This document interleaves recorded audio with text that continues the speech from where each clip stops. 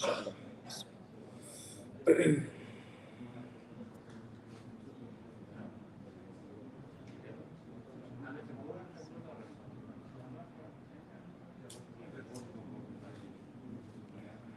بسم الله الرحمن الرحيم. أعوذ بالله من الشيطان الرجيم. بسم الله الرحمن الرحيم والصلاة والسلام على سيدنا محمد وعلى آله وصحبه وسلم تسليما كثيرا. سبحانك لا علم لنا إلا ما علمتنا إنك أنت العليم الحكيم. اللهم إنا نسألك علما نافعا ورزقا طيبا حلالا واسعا مباركا فيه. We ask that Allah subhanahu wa ta'ala blesses all of those in our majlis tonight and all of those involved in our masjid and all of those volunteering and working fi sabilillah. We ask that Allah Azza wa Jalla accepts from them, rewards them, and increases the likes of them inshallah in our ummah, and that we all may enter into Jannah, paradise, without hisab, without hisab, without hisab. Allahumma ameen. Allah subhanahu wa ta'ala says in the Quran, the last verse of Ali Imran, He says, Ya ayyuha alladhina amanu اصبروا وصابروا ورابطوا واتقوا الله. There are 4 commandments from Allah subhanahu wa ta'ala. اصبروا وصابروا ورابطوا واتقوا الله. This verse, roughly translated in English, means, O believers, patiently endure, persevere, stand on guard, and be mindful of Allah. لَعَلَّكُمْ تُفْلِحُونَ, so that you may be successful. This is a very simple verse that comes at the end of this large mega surah, Surah Ali Imran, very large surah. And this final verse of Quran is a few words. Yet Allah subhanahu wa ta'ala places within it 4 commands. And from these 4 commands, He identifies the result of the one who carries out these 4 commands, or who accepts or comes to these 4 commands. So Allah Azza wa Jal, He commands the believer, yani the one who submitted themselves totally to Allah subhanahu wa ta'ala, that he believes in Allah Azza wa Jal as one. He says, Ya ayyuha alladhina amanu. Alladhina yu'minun, the mu'minun are the ones who believe in Allah subhanahu wa ta'ala as one. And they submit to Him without any partner. And so, the believers therefore are commanded to do 4 things. The first is sabr, or patience. And the ulama, the mufassirun, they elaborated on the meaning of sabr here, or the command of sabr, to represent the command of being patient with disobedience, with haram, that you are patient with it around you and you don't fall into it. The second is musabara, and there's a difference between sabara and sabara, because in Arabic this is a reflexive meaning, it's intensive. What does it mean? It means to persevere with what? The obedience of Allah. The obedience of Allah. Because obeying Allah is difficult as well. Obeying Allah subhanahu wa ta'ala is not easy. If you go across the street and you ask the Christians, how many times a day do you pray? They don't have a number. Today they can pray once, tomorrow they can pray none. They don't have a schedule. This is why when you make appointments with non-Muslims, like when Christians, they come and they work in Saudi Arabia, they have to learn an entire new time system. They can't tell people, let's meet at lunch. They have to tell people what? Let's meet after Dhuhr. Let's meet after Asr. Because for Muslimin, this is how we meet. Maybe this is a secret why we're always late. If you tell people after Asr, then you know to meet at the masjid or to pray, and you okay, prayer is at 1:30. Okay, I'm going to pray, and then I'm going to meet him at 2 o'clock. Everybody understands that. So maybe that's a reason why we're all late, because we're using the wrong time system. We have to use a mu'min time system, not a kafir time system. To persevere is to have patience with the obedience of Allah subhanahu wa ta'ala, even when it's difficult upon you. The third, he says, وَرَابِطُ. Murabata is of two types, and we will get to that in a minute. But a weak translation to it is to stand guard. And I will explain why that is in a moment, inshallah. The last is taqwa. The last is taqwa. And the definition of taqwa is to have fear of Allah subhanahu wa ta'ala, but this fear doesn't come about except with ikhlas, sincerity in what you do. Ikhlas fil amal. To have sincerity in your work. Because when we look at these 4 commandments from Allah ta'ala, they're commanded to the believer. And the believer is composed of 3 parts. 3 parts. The body, the ruh, and the nafs. The ruh, the ulama say, is a Rabbani, Ruhani essence. It's created from Allah subhanahu wa ta'ala, not from the body. It's created from Allah. Allah creates the ruh. And the body, unlike the ruh, it's not heavenly. It's not from Allah. It's made of what? Clay. It's made of the earth. It's made of a lowly matter from the ground. And the nafs, it is what is within the body as the ruh takes hold within the body. This nafs or the ego likewise is attracted to the lowness of the earth. This is why your nafs or your ego, the part of you that doesn't want to or is lazy to the call of Allah, wants to be as close to the earth as possible, as close to the dunya as possible. When you eat food, you feed your body. When you make dhikr, you feed your soul. And this is one of the secrets behind siyam or fasting. Because in fasting or siyam, we restrict the body from food and drink and from pleasure with its spouse. And these are the base of what makes the body happy. If you're not hungry, you're hangry. You're cranky. You want food. If you're thirsty, you can't speak, you can't think. You need water, otherwise you have a headache. This is all you can think about. When you're fasting, you are weak. You're tired. You're exhausted. When somebody gives you a problem, you say, I can't deal with it. My brain, I don't have the energy to. So your body is weak. Yet you push it to read Quran. Yet you push it to make dhikr of Allah. And this becomes feeding the ruh, the soul. And the soul is always inclined to Allah subhanahu wa ta'ala. It always wants to return to Allah azza wa jalla. It always wants to be as close to Allah subhanahu wa ta'ala as possible. And so in the dunya, we're constantly fighting our body, our nafs. The nafs always wants to be in the dunya, embedded in the problems, consuming, eating, benefiting from the wealth, benefiting from that which takes it away from Allah subhanahu wa ta'ala. It puts it down towards the earth more and more and more. As opposed to the ruh that wants to be in the samawat, it wants to be in the heavens. It wants to return to Allah, it wants to be in paradise. This is the secret of fasting. This is why we fast. 2 parts. You restrict the body, you empower the ruh. And there was a famous scholar by the name of Malik ibn Dinar.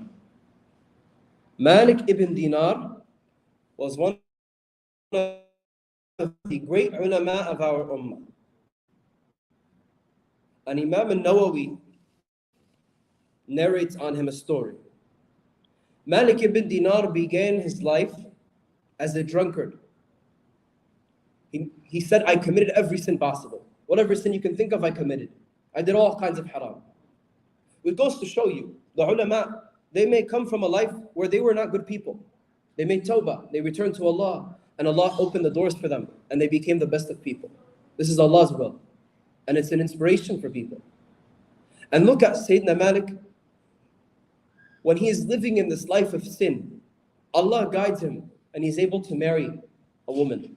And from this woman, he receives a daughter. He has one daughter. And he loves this daughter so much. It transformed his whole perspective on life.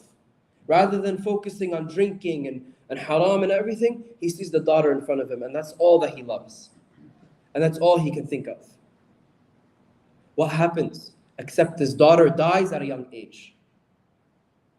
And this is a major grief in the parent's heart for a child to die at a young age. This is a big fitna in their hearts. We believe in Islam, when a child dies at a young age, that they're actually sent directly to paradise. They're sent directly to paradise. And they're raised in paradise by who else than Sayyidina Ibrahim alayhi salam. Sayyidina Ibrahim alayhi salam is the chief of the children in paradise. And on the day of judgment, when all of the chaos is happening, these children go out and seek their parents and take them by the hand and bring them into Jannah. This is Allah's reward for the parents' patience, because it is a great tragedy. It is a great grief that befalls the heart. And it puts someone in a deep state of sadness. So Malik, he's sad and upset and confused. And he is soaked up in his sins and in his haram. Until one day he receives a dream. And in this dream, he is running from this beast. And this beast is chasing him, running after him. Scary.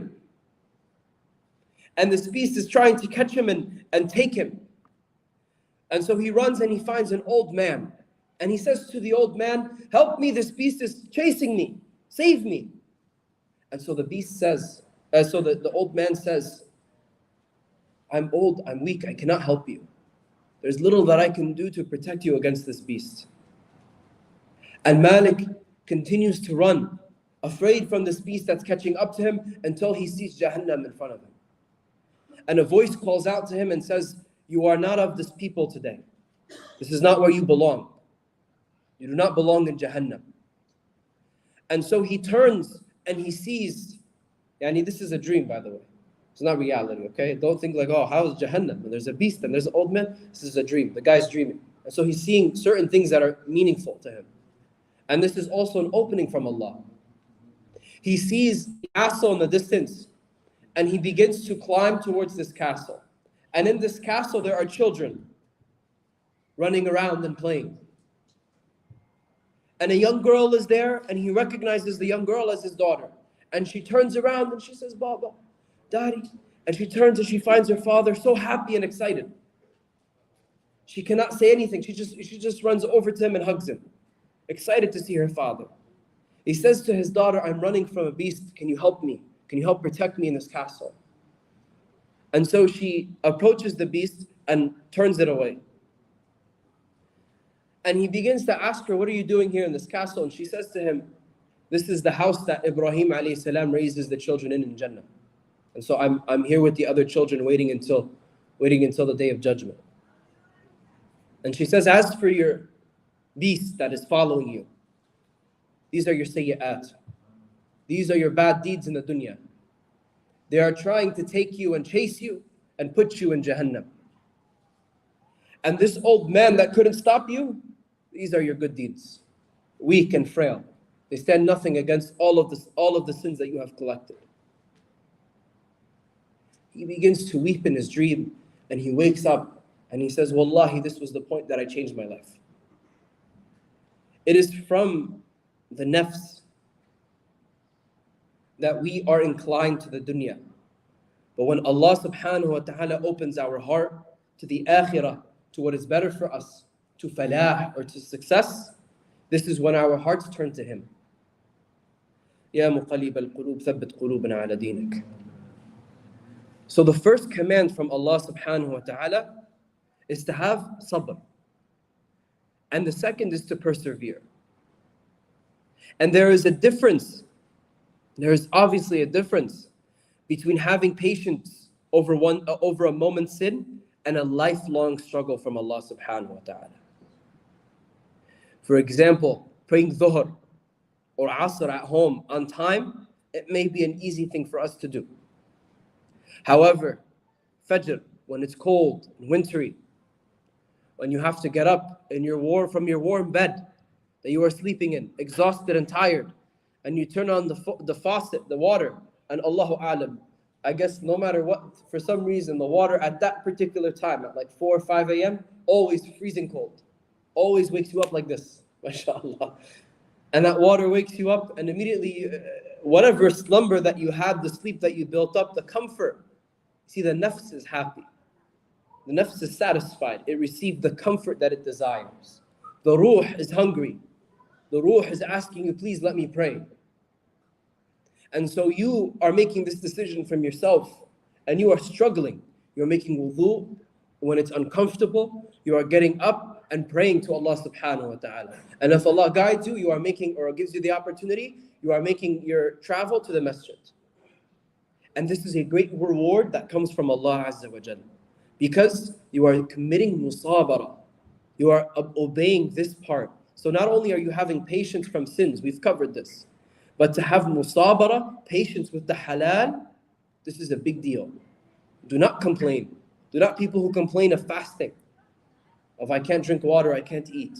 Do not be people who complain of when the prayer times are, or how long the salah is, or when this, or how long the masjid is, or so on and so forth. Do not complain about your faith, for this is the most treacherous, beautiful thing that we have as Muslimin. Now we'll get back to this point in a minute. Because the third command from Allah subhanahu wa ta'ala is murabata, or the ribat itself. And previously in the Muslim ummah, the old days of Islam, murabata was the practice of a soldier being appointed to guard the borders of Islam, far and distant, in the days before internet and electricity and airplanes and cars. This soldier would go for miles and miles and miles away from everybody and set up in a castle. In North Africa, we still have them today. They're still around. They're called the ribat, or the qal'ah. You'll see it. It's a big fortress, and there's watchtowers and everything. And inside, you see cabins or rooms where the soldiers would stay, and a masjid, and a middle courtyard, and barracks, and so on and so forth. It's a military fortress. And so, the Prophet ﷺ said in a hadith, he said, observing ribat in the way of Allah for a day and night is far better than observing Sawm for a whole month and standing in Salah in all its nights. 30 days of fasting and prayer, standing all of those nights. Ribat is better than this. Because you're giving up your entire life. You're giving up your safety for people you don't know about. Nobody knows who goes to the ribat. Nobody has any clue who this soldier is. Nobody will ever see him. He does this deed for Allah subhanahu wa ta'ala. The only people who know about it are the soldiers. The ulama, many of the fuqaha, they would do this thing. They would do this thing. In fact, even from the ulama of the Maghrib, many of them would remain 24/7. They would just wear the clothing of a soldier. They would wear the clothing of a soldier. At a moment's notice, they would just leave. There are entire cities in North Africa that are built because a simple sheikh, a simple imam, went and observed ribat in this particular area, and all of his students followed him. And they settled that area. It's an incredible deed. But it's one that's not necessarily possible for us to replicate this. Even Ibn Qasim, who was a student of Imam Malik, who taught generations and generations of Muslims, and he is the most authoritative opinion in the Maliki school on fiqh. When he passed away, he was asked, when he passed away, one of his students saw him in a dream. And they asked him in this dream, they said, what has Allah subhanahu wa ta'ala, how has he raised your status? With what deeds? And Ibn Qasim replied, he said, nothing mattered much, except the small amount of raka'at I offered while I was in ribat in Alexandria. So this act of ribat, we've defined. It is a great deed that a Muslim can do. But there is a second type that we can do that receives the same reward. There is a second type that we can do that receives the same reward. This second type of ribat, the Prophet ﷺ narrates in a hadith. He says, shall I tell you the things by which Allah erases wrong actions and by which He raises ranks? He says, the complete and correct performance of wudu in adverse conditions, a great number of steps towards the masjid, and waiting after one prayer for the next prayer. In this hadith, we see musabara. We see musabara. Because when we come into this masjid, nobody sees our wudu. When we pray, nobody sees our wudu. Nobody knows if you missed your head or if you wiped this or cut this or didn't do this or that. Nobody knows if you just showed up. If you want to show up at the masjid without wudu, theoretically you could do it and nobody would know except one, Allah. And this is why the ikhlas or sincerity, it flourishes here. This proves or shows who has excellence in their character and who doesn't. The one who perfects their wudu. When we come into prayer, however, we know if somebody doesn't want to pray, they sit in the back and they don't pray. Or they don't come to the masjid at all. We know. It's visible. Because prayer is something that we do in congregation, in jama'ah. So it's very different. And so this first step of sincerity, of doing wudu, not just wudu to perfection, but doing it when it's adverse or difficult for you to do, like we mentioned. The second is taking a great number of steps to the masjid, walking towards your masjid. And last is staying between the two times of prayer. Like for example, you go to the masjid at dhuhr time. You remain in your spot until asr. You remain in the masjid until asr. We believe that after the salah, for the time that you are sitting in the same place, the malaika, the entire time, are making dua. The angels, in a hadith from the Prophet ﷺ, he says, the angels continuously make dua for one of you as long as he remains in the spot where he performed his salah until he makes hadath or khalas, until he's lost his wudu, saying, "Oh Allah, forgive him. Oh Allah, have mercy on him." And furthermore, the entire time that you are in the masjid, you are in the company of the angels, you are in the company of the salihin, you are in the company of good people, and you're away from the bothers of the dunya. Whatever is happening around you, you're not seeing. And so this, dear brothers and sisters, is ribat. When Allah says, وَرَابِطُوا, this is what He's talking about. Try to stay between prayers if you can. If you have the opportunity, if you're available, if you're able to, especially like in the summer when some of the prayers, or even during the winter, when you notice that the prayer times are close to one another, try to do so. And Allah Azza wa Jalla will reward you with a great reward from Him. The last is taqwa. He says to have taqwa. And the only one who truly is aware of your sincerity is Allah subhanahu wa ta'ala. And this is because Allah subhanahu wa ta'ala is Al-Alim. He's knowledgeable of all of your deeds. There was a guy who called like a Muslim organization once. And he says, I heard you Muslims, as a Christian man, he's talking like to the da'wah people. He said, I heard you Muslims break your fast at night because Allah can't see you, like during the day. Who said that? There was a guy who said this, who asked this question. And so, the brother, he responded very intelligently. He said, Allah brings the night and day. He brings the rain from the sky, and He brings life from the earth. Allah brings life from death.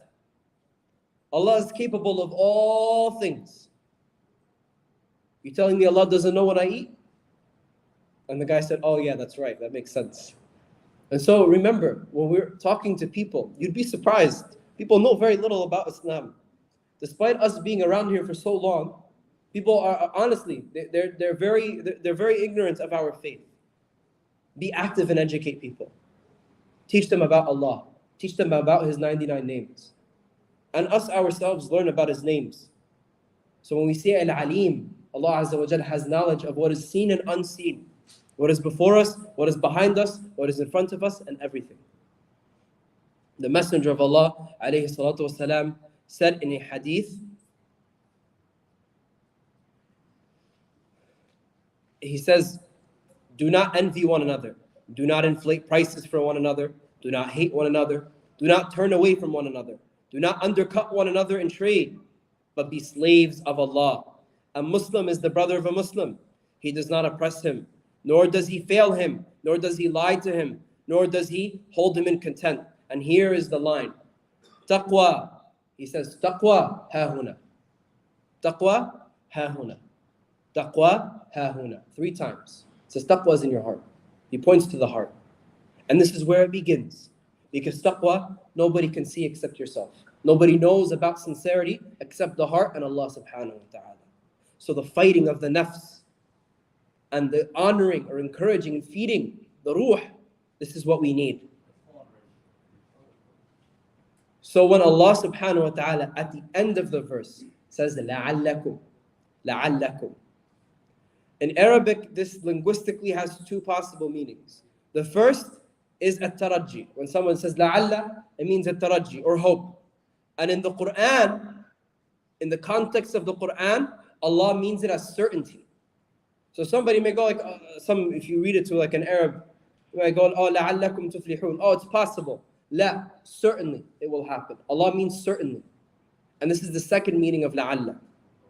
And so the phrasing of لَعَلَّكُمْ تُفْلِحُونَ at the end of the verse, certainly they will all be successful. So this means the one who follows these four commands from Allah subhanahu wa ta'ala. اصبروا وصابروا ورابطوا واتقوا الله. Have patience, have perseverance, endure. وَرَابِطُ, endure. Stay between the prayers. Push yourself for ihsan, for ikhlas. Be like the soldier who stands at the borders of Islam. He doesn't know when the enemy will show up. It may be years, it may be months, it may be the same moment. But he is willing to put his life for Allah subhanahu wa ta'ala. And this is our honest intention of being here in America. Our intention is not to make money, not to build this wide and diverse economic system. This is a means of living. Our intention is to bring hidayah to people, to bring goodness to people, to bring khair to the people. يَأْمُرُونَ بِالْمَعْرُوفِ وَيَنْهَوْنَ عَنِ الْمُنْكَرِ. To guide people to what is known, to what is good for them, and to forbid what is wrong. And as we see today in America, people are lost. People are lost. People are trying. I'm telling you, they're trying. These people who are like, not all of them, but there is a group of people that they look at these movements like Pride Month and so on and so forth. In their brain, their intention is, this is a marginalized group. This is a group that is always in trouble. Let me support them. But they don't understand the moral problem, the moral issue with what they're looking at. They don't understand the dilemmas that they're creating, the issues long-term that they're creating. Instead, what they see is, oh, these are people who are masakin, who are poor, who are underserved, who are being attacked. Look at them. They're persecuted. And so they don't understand. And as Muslimin, it is our duty to be clear on what is good and what is harmful for people. And to be assertive, to be clear, and to be good about it. What does falah mean from Allah? It says, لَعَلَّكُمْ تُفْلِحُونَ. What is the promise of success? What does success mean? Is success a matter of the dunya? Is success a matter of the dunya or the akhirah, or where does it come from? So falah is the attaining of what is asked for, or the matlub, and protection from that which is avoided, al-marhub. So for most, the matlub, or what is asked for, when people make dua or hope for in their life, is hayat tayyibah, is a good life. They're asking for a peaceful dunya, to serve Allah piously, to be good people, to receive good from this world, and to return to Him and be entered into paradise. Likewise, this success or falah also protects against the marhub, that which is avoided, or that which we don't want. We want protection from, we want to be saved from. And this is to be saved from the affairs and the distractions of this dunya. That which the nafs wants to dig itself into. That which our bodies want to stay on the earth for, and fear death and returning to Allah subhanahu wa ta'ala. And the last is to be saved from Jahannam. So 4 guarantees: good life, connection to Allah, and we receive Jannah. Protection from a bad life, and protection from Jahannam. So simple. So simple. And it's 4 commands and 4 rewards. Isn't this brilliant? From Allah subhanahu wa ta'ala. نسأل الله سبحانه وتعالى أن يجعلنا منهم يا رب العالمين. So whoever receives a good life, whoever receives paradise and is saved from the troubles and the distractions of the dunya and saved from Jahannam, those who follow these four. And what else do we want? What else do we need? Except these four. Because for the one who is patient, for the one who works hard, perseveres, and follows the halal and avoids the haram, for the one who endures and has taqwa and sincerity, this is a good man. This is a good woman. This is a good person.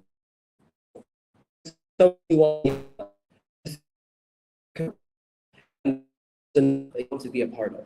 And this is something that when we say to people who don't believe in our faith, who need guidance, who need help, who need salvation, who need support. There are a lot of problems in the world today. And we say, look, this is our faith. This is what we do. This is who we are. Look at our character. This is how we represent Islam. This is how we represent Islam. And so, when we enter into these 10 days of Dhul Hijjah, if I were to tell you that you can receive the final 10 nights of Ramadan again, the last 10 nights of Ramadan, if I were to tell you that there are another 10 nights that are equal in reward, you would tell me when. I tell you, you don't even have to fast. It's not a time of fasting. If you wish to fast, fast. You'll get an even greater reward. If you wish to read Quran, read. You'll get an even greater reward. These are like the last 10 nights of Ramadan. The reward for these nights are great. The companions, they would begin going around the streets, saying Allahu Akbar, doing the takbirat from the first day of Dhul Hijjah. From the first day of Dhul Hijjah. Because of how excited they are about these 10 nights and these 10 days. So do more. Increase in your ibadah. Feed your soul. Feed it. Because it is begging for you to connect with Allah subhanahu wa ta'ala. And be honest and sincere. When you are honest and sincere, like Malik ibn Dinar, he will take you from a life of problems and sin and deliver you into success. Deliver you into success. And success is a good life. Jannah, protection from a bad life, and protection from Jahannam. أقول قولي هذا واستغفر الله لي ولكم. السلام عليكم ورحمة الله تعالى وبركاته.